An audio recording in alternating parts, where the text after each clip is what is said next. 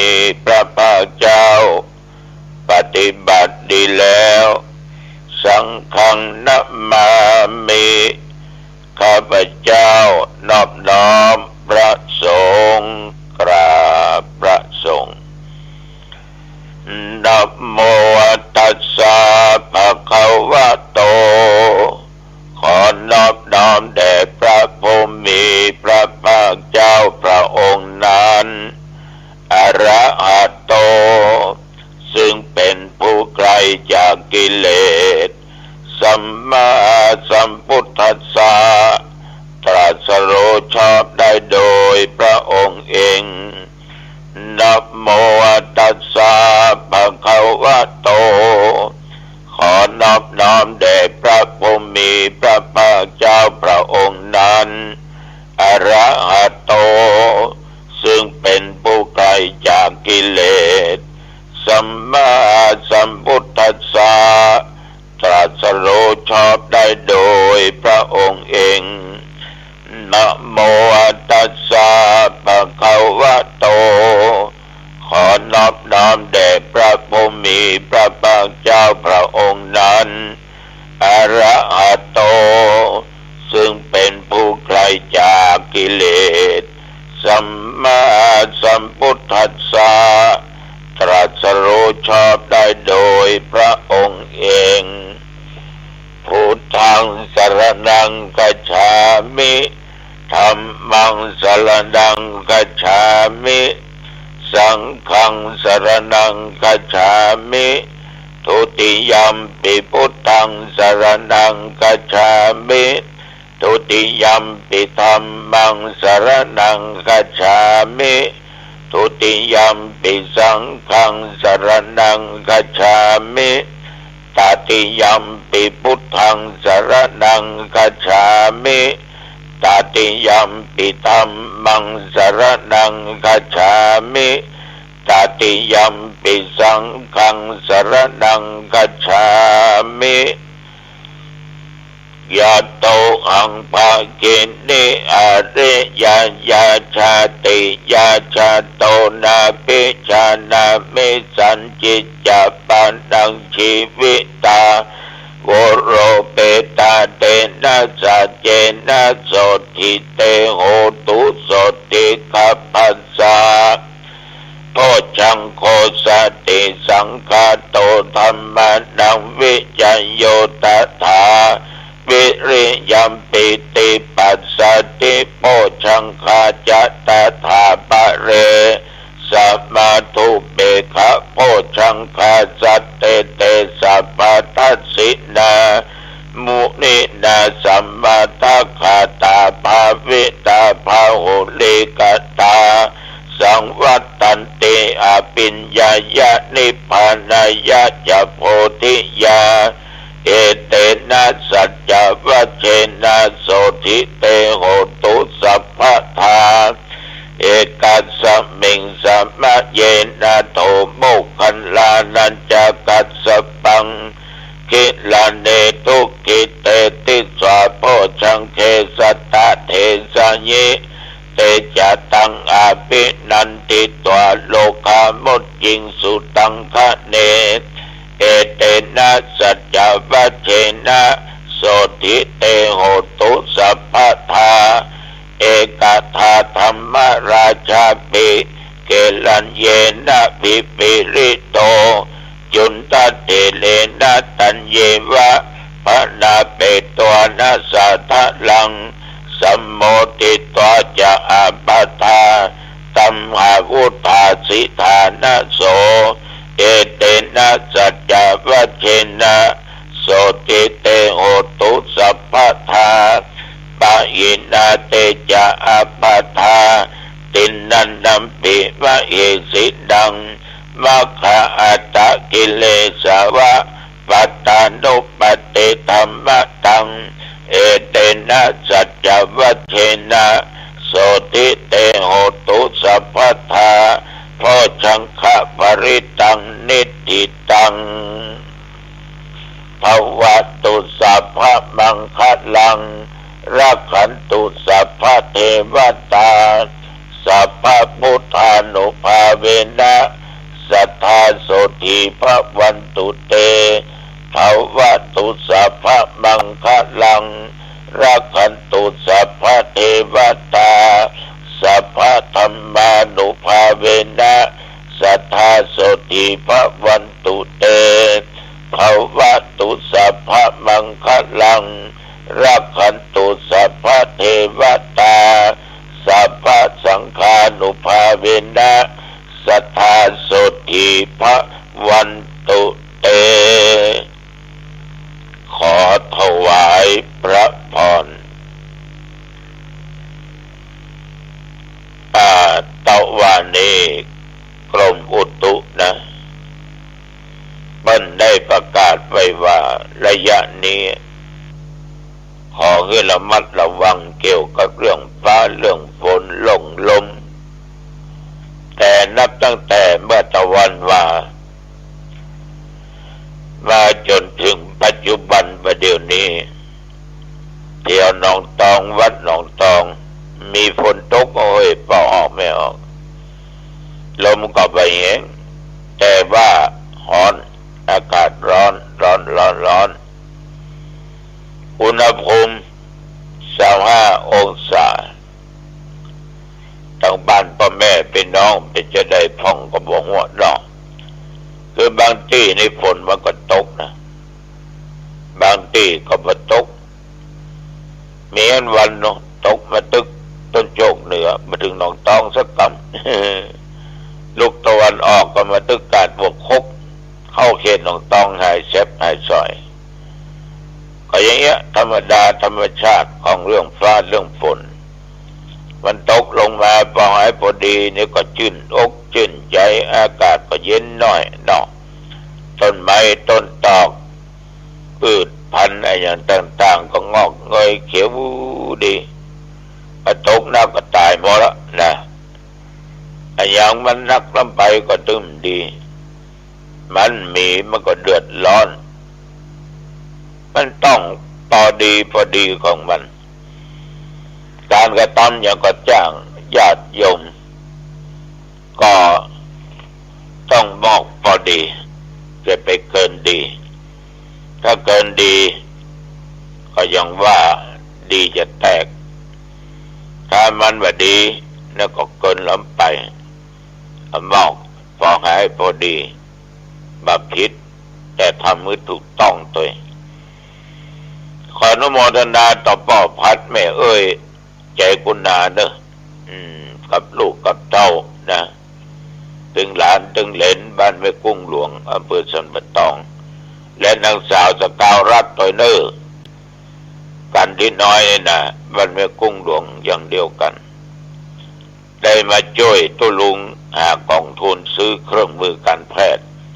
เครื่องช่วยหายใจไว้ห้องICUของโรงยาหางดงจำนวน1,000 บุญและ200 บุญขอบใจนักขอบใจหลายๆเขาจะทอดผ้าป่ากันพุ่นวันออกพรรษาแล้วเดือนเกี่ยงแรม2 ค่ำเวลาบ่ายโมงทอดกันที่วัดหนองตองวันนี้ธรรมาภาพหลังจากฉันเพลแล้วก็จะได้เข้าร่วมประชุมที่เทศบาลแม่ตาช้างอำเภอหางดงก็จะได้อู้กันเรื่องอันเนี้ยเรื่องหาเงินหายังกองทุนไปเป็นทุนในการที่จะจัดซื้อเครื่องมือการแพทย์เครื่องช่วยหายใจไว้ห้องICUของโรงพยาบาลหางดงอันนี้จะได้อู้ได้จากันจะเอาทิศทางใดนะก็จะได้เสนอจะได้จากันไปอู้กันไปพอออกไม่ออกนับตั้งแต่ตะวาเป็นต้นมาจนถึงปัจจุบันประเดี๋ยวนี้ตะวาก็มีญาติโยมมาวัดเหมือนกันแต่ว่าเป็นมาทำบุญวันเกิดเดียวคนเดียวตะวานี่นะ คือคุณวราพรอุปนันท์พร้อมกับสามีก็มาทำบุญวันเกิดก็ ก็สมทบเอาไปเป็นกองทุนซื้อเครื่องมือการแพทย์ก็ช่วยหายใจ400 บุญตุลุงต้องขอขอบใจอีกครั้งญาติโยมนอกจากนั้นต่อว่านี้ฉันเป็นแล้วกินก็ตอนแล้วก็ไปประชุมหมู่บ้านรักษาศีล 5ที่วัดขันแก้วตำบลหานแก้วอำเภอหางดงจังหวัดเชียงใหม่ถ้าโยมจะถามว่าวัดขันแก้วนี่มันเป็นตำบลอย่างก็ตำบลหานแก้วหนทางเข้าที่ทางแยกแม่คักนั่นก็ได้มันจะผ่านบ้านสันพุทธเลยเนาะแล้วก็หน้าวัดศรีสุพรรณมาเมืองง่ามาเต็กๆเนาะข้ามสะพานคันคลองอันนั้นก็เป็นบ้านสันประซักเป็นสถาวัดขันแก้ววัดอินเทพนะจนมาถึงหน้าวัดขันแก้วถ้าจะไปตั้งหนองตองก็ลูกละปูนมาก็ได้สันบัดเข้าสันบัดตองก็ได้ไปถึง3 แยกตลาดต้นโจกเอาก็เลี้ยวขวาถ้าลูกสันบัดตองเลี้ยวซ้ายขึ้นไปก็ผ่านบ้านคนงนลายก็พบวัดขันแก้ววัดขันแก้วนี่แต่เดิมมันมีศรัทธาประมาณ600 กว่าหลังคาเรือนแต่ก็แบ่งไปที่วัดใหม่แต่วัดใหม่ก็ไม่ใช่เนาะเป็นวัดร้างมาก่อนเมื่อก็ไปขึ้นไปสร้างกันที่หั่นศรัทธาวัดขันแก้วก็เลยเหลือ400 ป่ายจัดนักบ้านป้าเนี่ยญาติโยมวันศีลวันธรรมน่ะเจ้าเดชทุเจ้าได้หูได้หันนะคนมาทำบุญตักบาตรแบบว่ายามแรงว่ากลางวัดสาคนนักแรงมาก็พากันไม่ไหวพระสวดมนต์เจริญสมาธิภาวนากันถึงคนหนุ่มคนเฒ่าคนแก่ถึงมายิงปอดใจมันจะปฏิบัติกันมาอย่างเงี้ยเป็นอาจินทีนี้ก็เลยหันว่าวัดวาอารามเปิ้นนั้นมีการพัฒนาวัดกับบ้านขาดกันเมื่อใดก็บรรลัยมาอันวัดช่วยบ้านบ้านช่วยวัดเขาต่างก็อาศัยซึ่งกันและกันวัดขันแก้วก็มีทุหลวงยามีทุเจ้าน้อย2-3 ตนเน้นแถมสถาญาติโยมของเปิ้นนั้นก็เรียกว่าร่วมไม้ร่วมมือสมัครสมานสมัคคีกันก็เลยส่งไปเป็นหมู่บ้านรักษาศีล 5ตัวอย่าง เป็นตัวแทนของจังหวัดเชียงใหม่ในจำนวนหมู่บ้าน 1,600 กว่าหมู่บ้านแต่ว่านี้ก็ประเดชพระคุณท่านเจ้าคุณพระเทพสิงหวราจารย์รองเจ้าคณะจังหวัดเชียงใหม่วัดพระสิงห์วรมหาวิหารเป็นพระอารามจันเอกหนึ่งท่านเป็นรองประธานโครงการหมู่บ้านรักษาศีล 5ของหุ่นเหนือแต่ว่าก็มาคือข้อชี้แนะชี้นำได้อู้ถึงความสำคัญและความเป็นมาของหมู่บ้านรักษาศีล 5ในหลักเกณฑ์ต่างๆท่านทั้งหลายแต่ว่านี่ภายในก็มีธรรมาภาพมีเจ้าหน้าอำเภอรองอำเภอเจ้าหน้าตำบลเลขานุการกำนันผู้ใหญ่บ้านเทศบาลวัฒนธรรมอำเภอคือท่านสจ.แดงเขาร่วมประชุมกันเมื่อได้รับการชี้แจงอย่างอันแล้วก็ต้องนำปฏิบัติกันก็จะได้ประชุมกันหลายตั้งอยู่ตั้งส่วนกลางเนี่ยก็คงจะมาตรวจดูเลยวันแม่วันที่12 สิงหาไปใน16 จังหวัดไปจะมาถึงจังหวัดเอาเมื่อใดเอาก็โมนะ ต้องดูตารางก่อน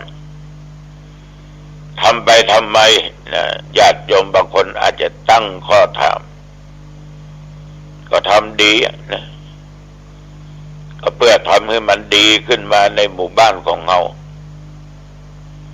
ถ้าหมู่บ้านเรามีศีลมีธรรมเนี่ย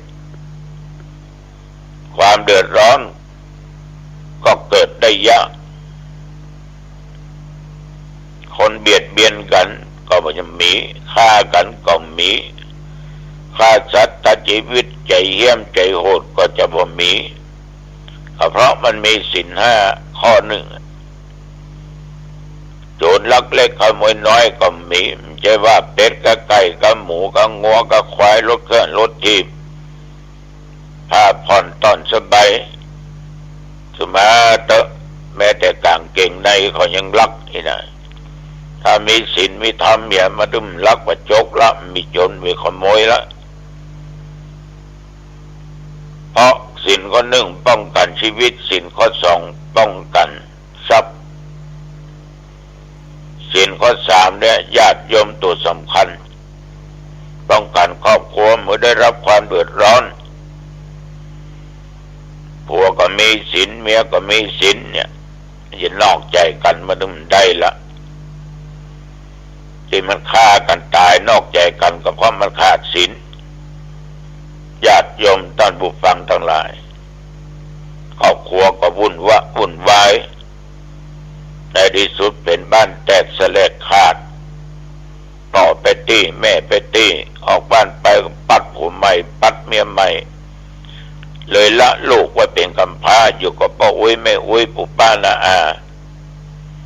เนี่ยมันบัดดีเป็นว่ามันบัดดีก็คือมันบัดดีแล้วก็ป้องกันสังคมคนเราต้องบัดจุบัดหลอกบัดลวงบัดต้มบัดตูนกันแต่งต้นแต่งตาให้กันบัดดุบัดดาว่าอย่างคือไผช่วยกันช่วยกันจาช่วยกันแก้ไขปัญหาต่างๆที่เกิดขึ้นในหมู่บ้านมีผู้ใหญ่บ้านในตำบลมีกำนันทั้งวัดมีเจ้าวาดมีเจ้าคณะตำบลอำเภอมีนายอำเภอถึงไปนอกไปในสมาก็เป็นนายอำเภอของไปในนายอำเภอเปิดอยู่ทั้งนอกญาติโยมถ้าคนเราอยู่ด้วยกันปากม่วนเจ้าหวานนี่นะเจ็ดปากหวานคนส้มนะปากด้วยความจริงจังจริงใจมีสัจจะมีวาจามันอยู่ด้วยกันม่วนแล้วก็ป้องกันโรคภัยว่าดื่มสุรายาเมาบ่เอาสิ่งเสพติดโรคภัยไข้เจ็บก็ปลอดภัยตับแข็งต้องไก่ต้องป้องหมดเนี่ยนอกขาดสติขาดสัมปชัญญะขาดทุกสิ่งทุกอย่างไปเนี่ยยอมลองกึศดูดีๆไอ้อย่างจะเกิดขึ้นความประมาทเกิดขึ้นความเดือดเลิกเกิดขึ้น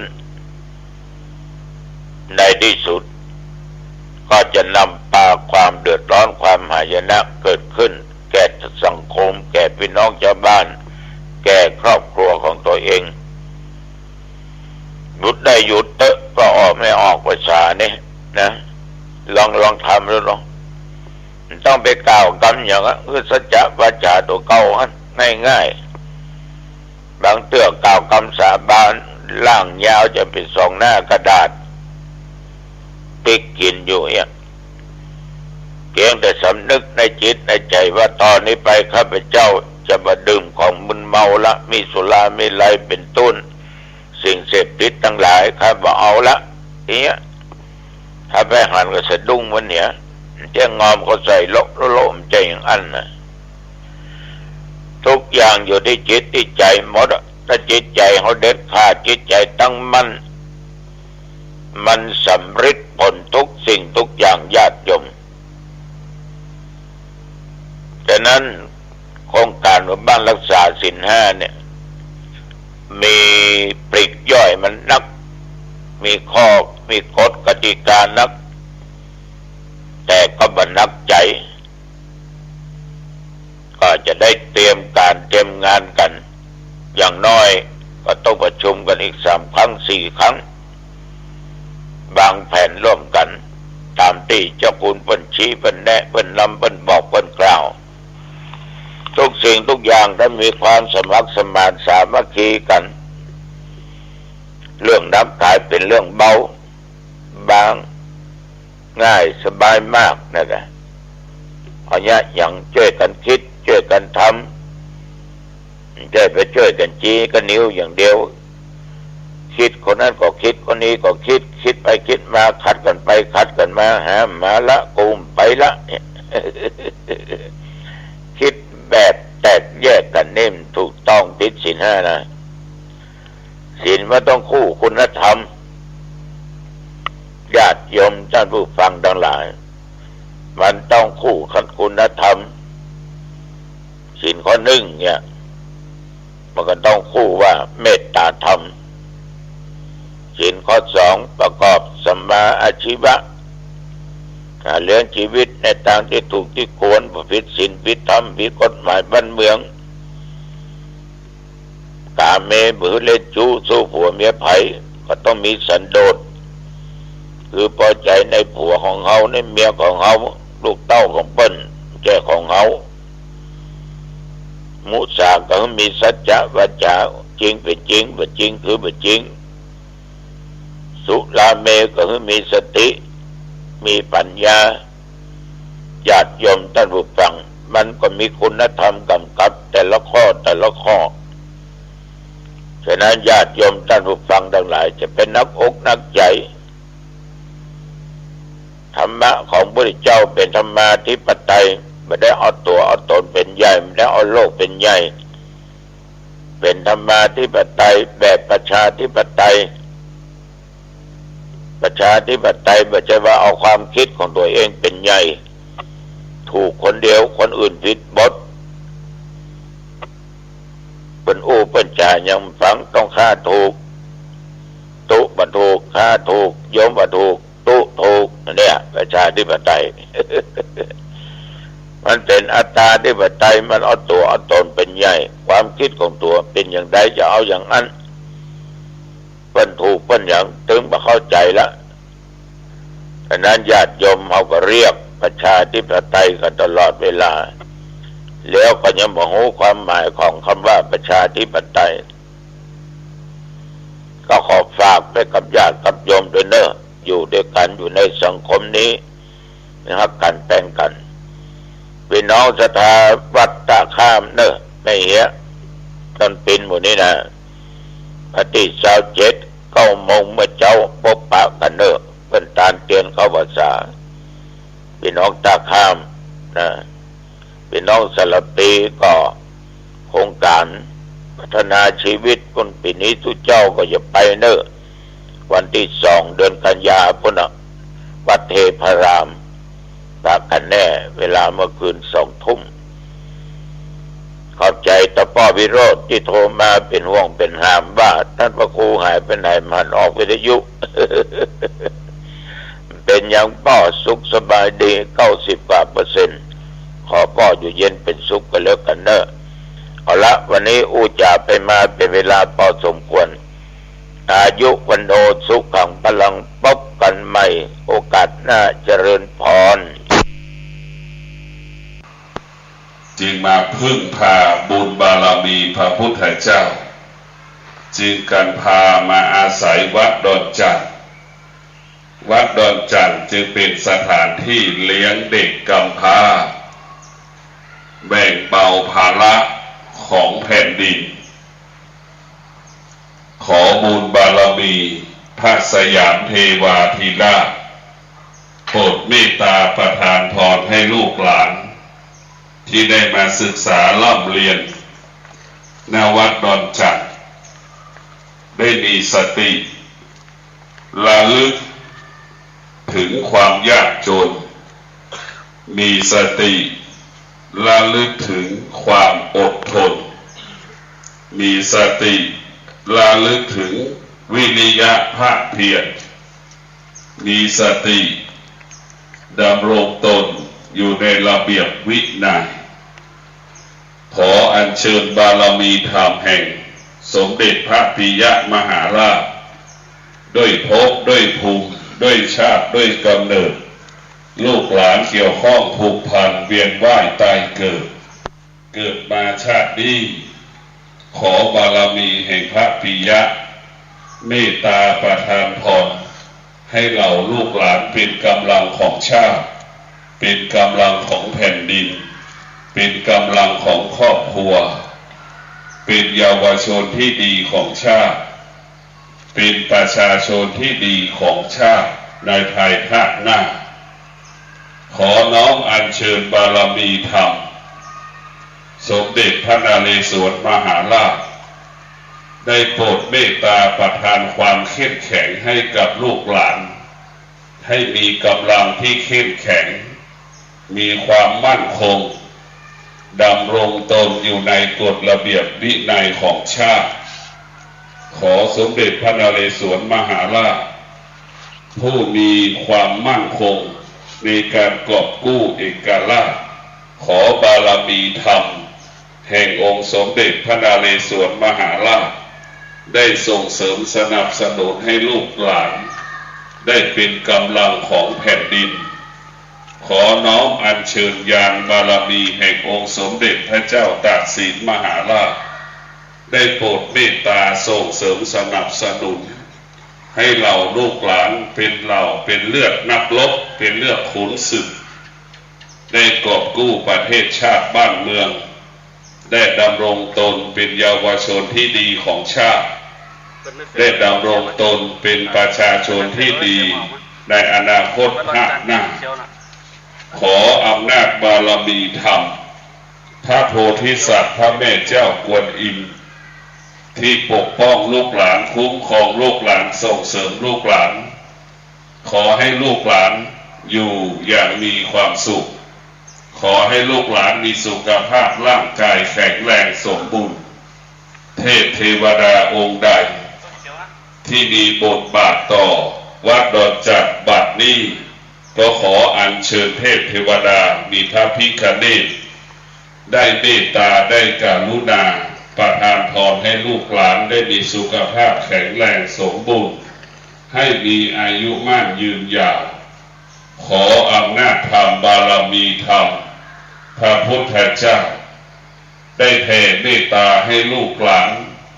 มีสติตั้งมั่นดำรงตนใช้ความอดทนอดกลั้นใช้ความอดทนควบคุมกายวาจาใจคิดพูดและกระทำโดยใช้ความอดทนมาจัดระเบียบความคิดใช้ความอดทนมาขยายความคิดใช้ความอดทนต่อยอดขยายผลให้ความคิดนั้นเกิดคำว่าสำลิดผลขออำนาจบารมีแห่งพระธรรมขอให้ลูกหลานมีสติตั้งมั่นดำรงตนเป็นเยาวชนที่ดีดำรงตนเป็นลูกที่ดีของพ่อของแม่ดำรงตนเป็นนักเรียนที่ดีของสถาบันขอให้พวกเราได้มีสติความสำเร็จจะเกิดขึ้นได้ต้องอาศัยความอดทน คณะสงฆ์ครูบาอาจารย์พระนักจัดรายการสถานีวิทยุพระนักเผยแพร่เจ้าหน้าที่ผู้จัดรายการเครือข่ายสถานีวิทยุคลื่นสีขาวเพื่อชาวประชาขอเชิญพุทธศาสนิกชนนักศีลนักบุญทุกท่านร่วมทำบุญหล่อเทียนพรรษาประจำปี 2566 ร่วมทำบุญแผ่นเทียนธรรมจักรแผ่นละ20 บาทหล่อเทียนพรรษาถวายวัดพระบาทอุดมตำบลเวียงอำเภอฝางจังหวัดเชียงใหม่หรือร่วมทำบุญตามกำลังศรัทธารอเทียนพรรษาจำนวน9 เล่มเดินทางไปร่วมบุญถวายเทียนพรรษาในพื้นที่อำเภอฝางจังหวัดเชียงใหม่ณวัดพระบาทอุดมอำเภอฝางจังหวัดเชียงใหม่วันที่13 สิงหาคม 2566 เวลา 14 นาฬิกา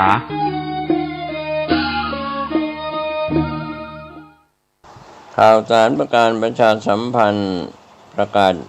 เชิญชวนร่วมพิธีแสดงมุทิตาจิตฉลองปริญญาบัตรพุทธศาสตร์ดุษฎีบัณฑิตสาขาวิชาพระพุทธศาสนารุ่นที่ 18/10 กับพระครูประหลัดกิติพงศ์กิติโสพโนด็อกเตอร์เลขานุการเจ้าคณะตำบลสันทรายน้อยถึงตำบลสันพเนตร ผู้ช่วยเจ้าอาวาสวัดสันขยอมตำบลสันทรายน้อยอำเภอสันทรายจังหวัดเชียงใหม่จัดงานมุทิตาวันเสาร์ที่19และวันอาทิตย์ที่20สิงหาคม2566ก็เชิญชวนศรัทธาสาธุชนศิษยานุศิษย์ร่วมมุทิตาจิตร่วมเป็นเจ้าภาพสังฆทานเป็นเจ้าภาพโรงทานก็ติดต่อสอบถามรายละเอียดเพื่อร่วมทำบุญได้ที่0962629694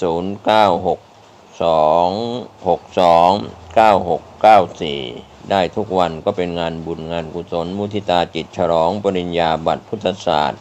ดุษฎีบัณฑิตสาขาวิชาพระพุทธศาสนารุ่นที่18/10แด่ท่านพระครูประหลัดกิติพงศ์กิติโสพโนด็อกเตอร์เลขานุการเจ้าคณะตำบลสันทรายน้อยถึงสันพระเนตรผู้ช่วยเจ้าอาวาสวัดสันขยอมตำบลสันทรายน้อยอำเภอสันทรายจังหวัดเชียงใหม่เชิญท่านร่วมงานนี้ทั้ง2วันวันเสาร์ที่19และวันอาทิตย์ที่20สิงหาคม2566โดยทั่วหน้ากันท่านกำลังติดตามรับฟังสถานีวิทยุกระจายเสียงพระพุทธศาสนาแห่งชาติและสังคมคลื่นเพื่อการศึกษาพระพุทธศาสนาและวัฒนธรรมระบบ FM 104.5 เมกะเฮิรตซ์รายการต่อไปเป็นรายการคดีโลกคดีธรรม